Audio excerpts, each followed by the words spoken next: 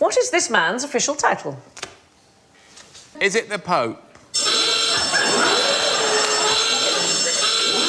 Head of the Catholic Church? Yeah, it's not his official title. So we rang, I love this, we rang the papal nunciature. Guess where they are located? Lowestoft. Wimbledon. And the spokesman translated the Pope's titles from the Vatican's official directory. They are Bishop of Rome, Vicar of Jesus Christ, Successor of the Prince of the Apostles, Supreme Pontiff of the Universal Church, Primate of Italy, Archbishop and Metropolitan of the Roman Province, Sovereign of the State of Vatican City, Servant of the Servants of God, but not Pope. Try fitting that on a name badge. I know!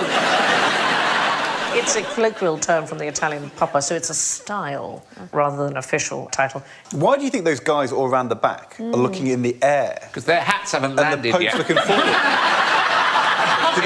hat came first! Supplementary question, is the Pope Catholic? I mean, literally, is the Pope a Roman Catholic? He's a Roman Catholic. Yes.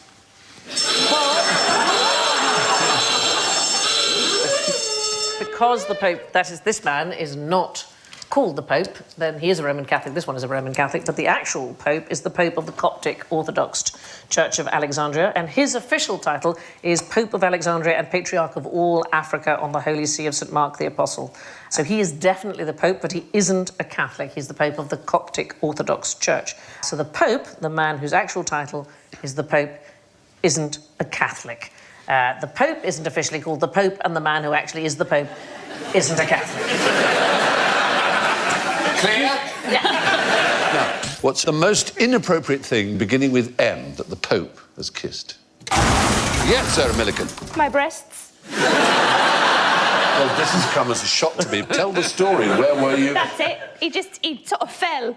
You fell on your breast. I was in, like, W.H. Smith's, and he come in to bless some Bibles or something, and he just tripped on because the carpet was... And I had a low-cut top, and I don't wear one for QI because it feels disrespectful. Yes. But I normally have them out, and he just landed, and because his natural inclination is to kiss things, he just kissed them. Wow. What was his reaction? Did he like it? He was pleased. Did he go, No, he was too polite for that, but I could see a little glint in his eye. Anyway, a merkin. What's a merkin? It's a pubic wig. A pubic Yes. wig. Could a Pope kiss a pubic wig? Wow. Is it likely? If he was drunk enough. On communion Kept wine. in a different way. Well, we get back to the 17th century. There's It's a tall lady. I think you're going to like this man. There's an English highwayman called Captain Dick Dudley. Dicky Dudley. Dick Dudley. I think you're going to like Dick Dudley. He was hiding in Rome, and while he was hiding from the law enforcement officers, he bought a dead prostitute's pubic wig, a merkin, from an anatomist. He dried it well and combed it out, that's in inverted commas because it's a quotation, and sold it to the Pope. There they are. There's a selection of them. Wow. I like the one on the bottom right. That's Yes, excellent. good, nice curls. Yeah. That's had a perm, that one. So this was Ann Summers back in the day? Kind of. My goodness. He sold it to the Pope, could have been Clement X or Innocent XI, as a piece of St. Peter's beard.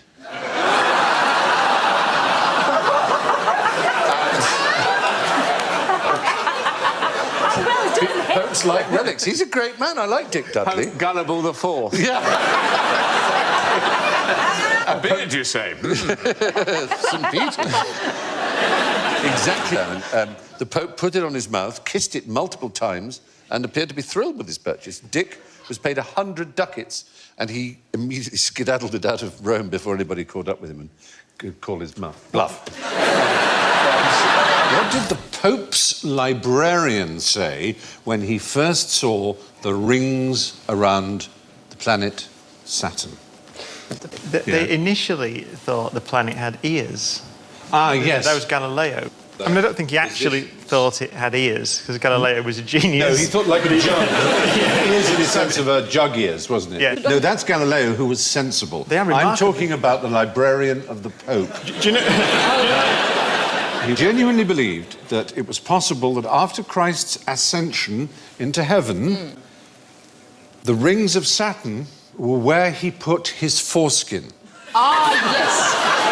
Now, you may think, oh, I'm trying to mock the church. This is all nonsense. But Christ, of course, was a Jewish boy, and like all Jewish boys, on the 8th day of his birth, he was circumcised. 50,000 miles across. They Imagine didn't know. the size. They weren't aware of that. I need a peg to hang this massive foreskin on. I've got new respect for Jesus. That's some girth. His name was Leo Alatius, and his essay was called De Praeputio Domini Nostri Jesu Christi Diatriba, a diatribe, a discussion concerning the prepuce, foreskin, of our Lord Jesus Christ. This is how to interest teenagers in astronomy. this is how quick I've been missing. Is it out there as a relic? Well, like all the relics, there are 18 places who claim to have the Really? one true holy foreskin. Oh, they really? Christ, yes. They are. Catherine of Siena was one of the weirder of the saints. She believed that Christ gave her his foreskin as a wedding ring in their mystical marriage. What a gift. After her death, her hand was cut off and became a relic with its invisible foreskin on it as a ring. She was an extreme anorexic, a peculiar woman. She also actively sought out degrading experiences. She once drank a cupful of cancerous pus from a woman who had abused her. So naturally, Has she appeared on Mock the Week?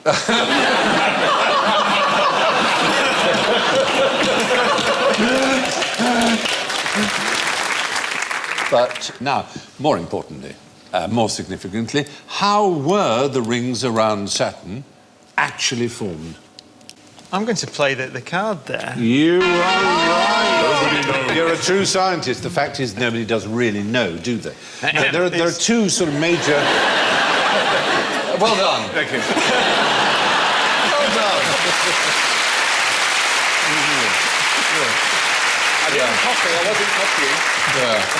There's a Socratic acceptance of the limits of one's own knowledge, and there's ignorance. I'm not saying which is which. No, quite right. There are two major theories. I think there are two major theories. Is that It's right? thought there could be a moon that, Yes. that was either disrupted, so something hit it and fragmented it. Although they are almost pure water ice, which, come to think of it now, sat here, makes the moon theory a bit unlikely, doesn't it? Because moons are made of rock. So the other theory would be one. that it would be something to do with the formation of the planet itself, that Yeah. something spun off it in some way and then achieved a stable orbit around and then formed these... God And they spilled his don't drink. coalesce together. They're held, the structures are held by the other moons. There are over 60 moons of Saturn. Are they part of the rings or entirely separate from the rings? Some of them are inside small moons called shepherd moons, which go around and you get rings in between those moons. And then it's got moons outside the rings, which affect the structure of the rings. So they orbit outside and affect it. Quite so it's a big very moons? complex... Life-carrying moons? structure. Well, there's a moon called Enceladus, which is about as big as Britain. It's a very small moon. But it has fountains of ice rising up out of the surface. And it's thought that means that there may well be liquid water beneath the surface, so pockets of liquid water. Everywhere on Earth that you find water, you find life. Of all these moons, like, this is the one thing I wanted to ask you. Of all these moons, which one's most likely to be the home to Ewoks? The Titan, has got a thicker atmosphere than the Earth. Ah. So you'd need to be furry. Good answer.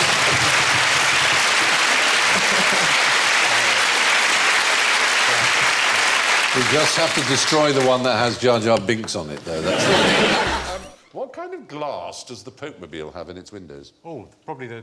Has he got the slidey kind so we can sell ice creams? I imagine it plays the ice cream van music. I'm not casting aspersions on the Catholic Church, but... No, be very careful. A stained glass. Stained glass, that's a very good point. It's tinted. They should. Is it tinted? So, like, when they're all waving, everyone thinks that he's in there doing that, but actually he's cracking open some tin. He's like flicking the bees. What else would you say about the glass? Well, you want us to say bulletproof, don't you? That's the thing, isn't it? I wouldn't. Would I want you to say what? Bulletproof. Oh!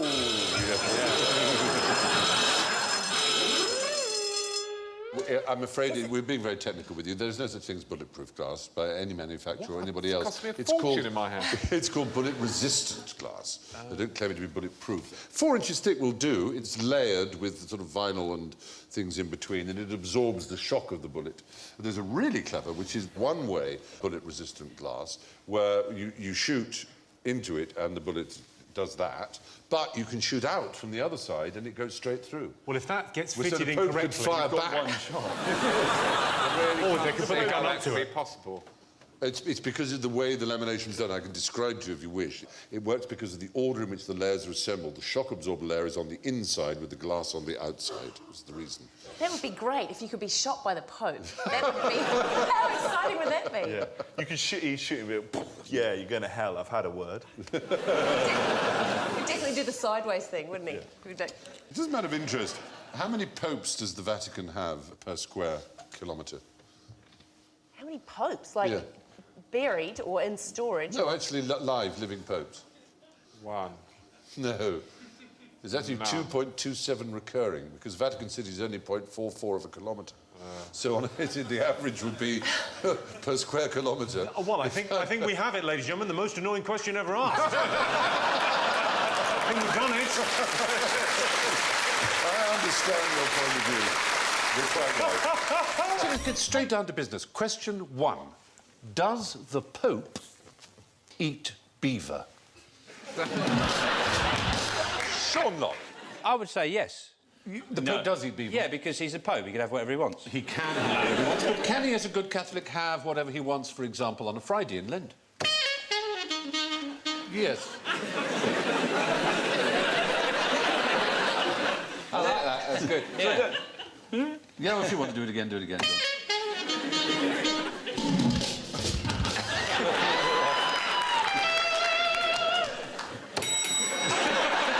Thank you. This is like... This is like the early learning centre. Well, wasn't there a plan a few years ago to reintroduce beaver into Scotland? I didn't hear about No, but the Pope ate it. Yeah, but it's said to taste rather like beef, actually. Yeah. They really are like little people's arms. They are. I think that is a person. That's the Pope there. His hand. Oh, I see, the one on the right. Oh, you mean those little ones? No, you're right. His front paws. Look at his hand. They are like little hands. They are, yeah. But Yes. That's what the Pope's thinking. He's actually looking and going, yes, he's got little hands. They've asked him, they say, are you ready to order? And he's going, shall I have beaver?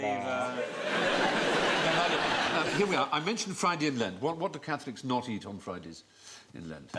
Meat. Meat. Flesh, as in animal flesh that isn't They have fish. They eat fish. Yeah, and the Roman Catholic Church has designated beaver as a fish because it is scaly and lives in water.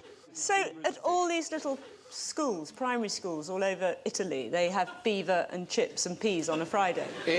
Probably more likely in American Catholic countries. The capybara, which is the largest rodent on Earth, which is a South American rodent, 400 tons of it are eaten during Lent in Venezuela alone. Capybaras are likewise designated to be a fish. The Pope would, if he were to eat, he would probably eat them on a Friday in Lent, as he might a capybara. How would you suppose you might tell the sex They're of only male. one beaver from another? One male would have a No, they penis. have males and females. Well, yes, but it's quite hard And to the female spot. would have a beaver. Yeah.